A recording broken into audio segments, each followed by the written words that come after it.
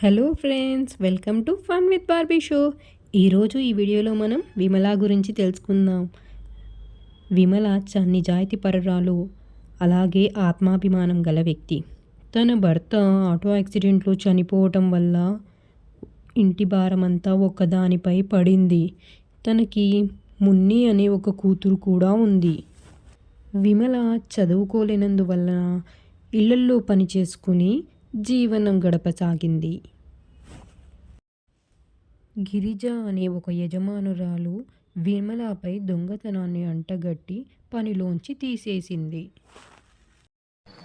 మున్నమ్మా, ఎక్కడికి వెళ్ళావు నా బంగారు తల్లి?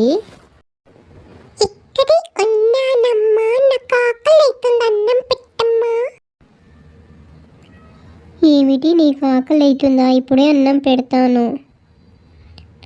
దీంట్లో కూర, అరే అరే అన్నం కూడా లేదే. సరే మున్ని, కొంచెం సేపు ఆగు, నేను అన్నం వండుతాను. సరే, కొన్ని బియ్యం అన్నా కడిగి పొయ్యి మీద పెట్టేస్తాను. ఈలోపు నువ్వు ఆడుకో మున్ని.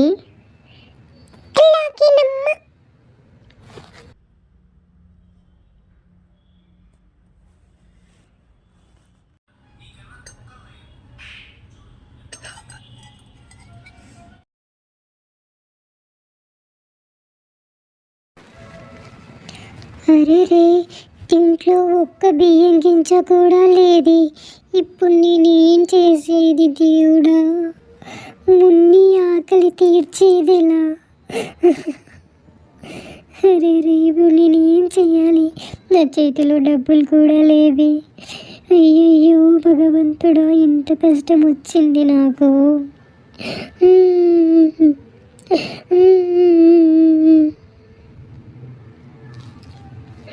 మున్నికి ఎంత ఆకలిగా ఉందో పాపం నా బిడ్డ. అమ్మా అమ్మా, నువ్వు ఎందుకు ఏడుస్తున్నావమ్మా? నువ్వు ఏడవద్దమ్మా, ఇంట్లో బియ్యం లేవా? నువ్వు ఏడవద్దమ్మా, నాకు ఆకలే లేదతలు. నిన్ను నీళ్ళు తాగుతానమ్మా, నా ఆకలి తీరిపోతుంది. నేను నీళ్ళు తాగుతాను. మున్ని, నిన్ను చూస్తే నాకు బాధగా ఉంది మున్ని. అమ్మ, నువ్వు బాధపడద్దమ్మా, నువ్వు బాధపడితే చూడలేనమ్మా, ప్లీజ్ అమ్మా. నేను ఆడుకుంటే నాకు ఆకలి కాదమ్మా. నేను ఇప్పుడు నీళ్ళు తాగుతా, నాకు దాహం అవుతుంది.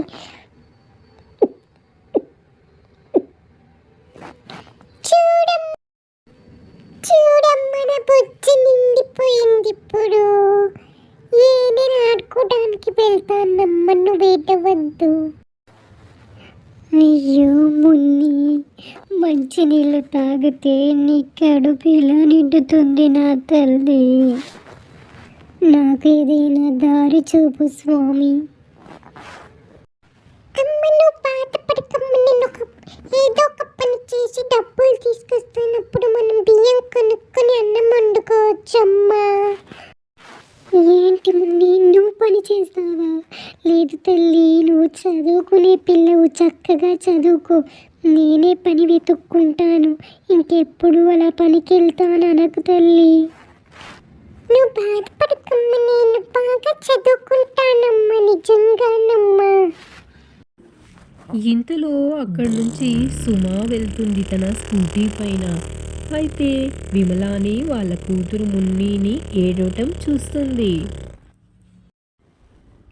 అరే రే, వీళ్ళిక్కడ ఎందుకు ఇంతలా బాధపడుతున్నారు? ఒకసారి వెళ్ళి అడుగుదాము. ఈ స్కూటీని ఇక్కడ పార్క్ చేస్తాను.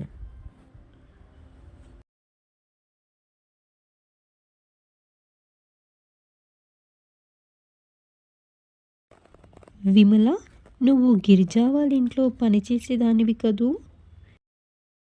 అవునమ్మగారు, చేసేదాన్ని. ఈ మధ్య నా పైన దొంగతనం మంట కట్టి పనిలోంచి తీసేశారమ్మా. ఎందుకని? ఎందుకంటే అమ్మగారివి బంగారు గాజులు పోయాయమ్మా, అవి నేనే తీసుకున్నానని. ఓ అవునా?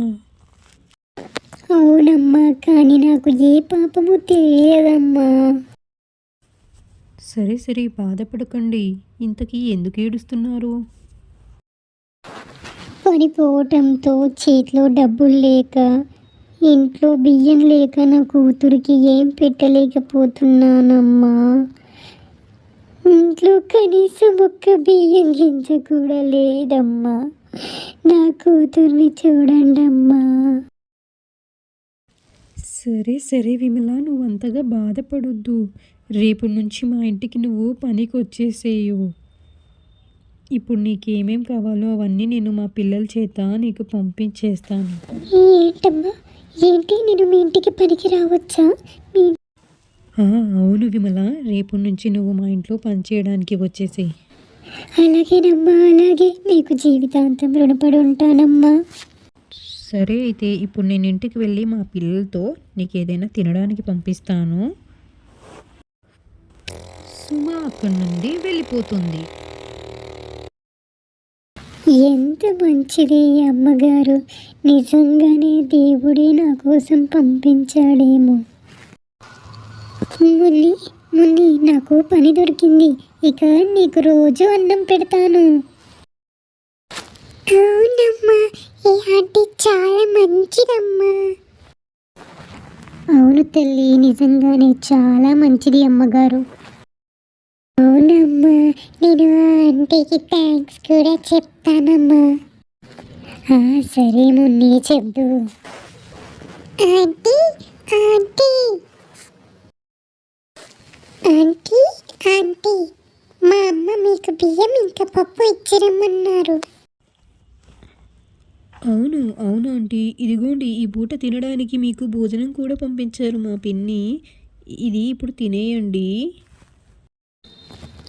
ఏంటి, బియ్యం ఇంకా పప్పు పంపించారా అమ్మగారు? నేను ఇంకా ఒక్కరోజు కూడా ఒక్క పూట కూడా పని చేయలేను, అప్పుడే ఇవన్నీ పంపారా? చాలా థ్యాంక్స్ అమ్మా.